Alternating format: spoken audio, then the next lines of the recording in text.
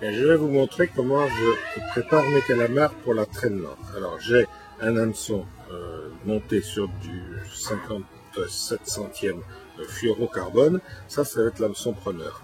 Alors je commence par piquer l'hameçon preneur dans le cou du calamar, pas dans le manteau surtout, pas dans le cou du calamar. Je ressors de l'autre côté. Oui. Et je reviens repiquer de façon à ressortir l'hameçon entre les deux yeux. Il faut même au mieux que l'hameçon soit légèrement devant les deux yeux. Voilà. Là il est bien, il est très bien, il est juste devant les deux yeux. Voilà. Alors, ensuite je prends mon aiguille hachée, j'enfile mon fluorocarbone sur mon aiguille.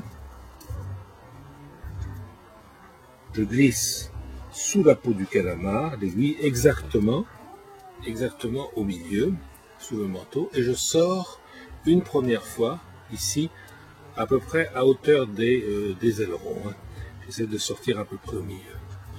Voilà, je sors mon fil, je mets une perle que je vais glisser, de façon à ce que si le fil glisse, il ne sorte pas, il ne vient pas taper dans le... Ça c'est le plus délicat, j'arrive à mettre. Ensuite je la pousserai avec l'hameçon double. Alors, dans ce sens. Ça va être l'hameçon du dos. Très souvent on prend avec l'hameçon, les deux céréales qu'on a faites, on les a prises avec l'hameçon de tête. Hein. Alors on glisse ceci sous le manteau, par le trou qui a été fait là, à la sortie de l'aiguille. Voilà. La perle elle ne veut pas glisser. Voilà, il faut l'introduire. Voilà. Et alors, et je mets mon hameçon double. Voilà. Ensuite je tire bien.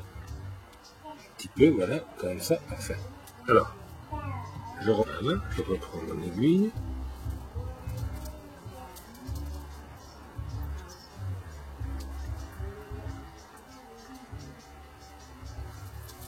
Voilà. Alors, là, bon, sous le manteau du calamar, et je ressors 1 cm ou 2 avant la pointe. Voilà. Ici, je tire mon fil, et là je fais un point. C'est-à-dire que je pique une fois comme ça. Voilà. Et je repique pour revenir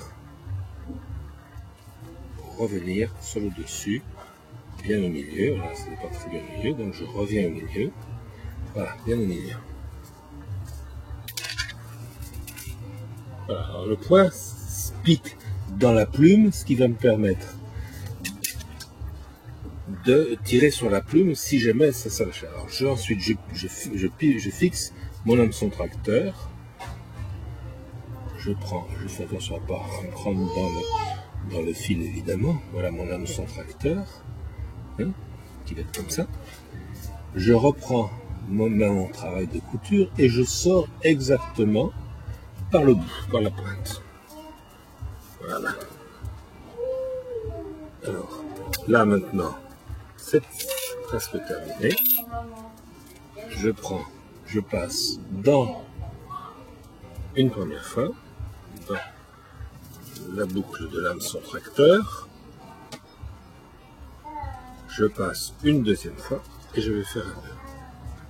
Je passe une deuxième fois comme ceci et là je fais mon nœud.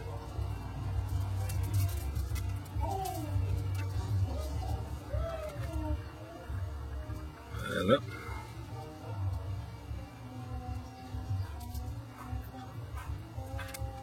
Et voilà.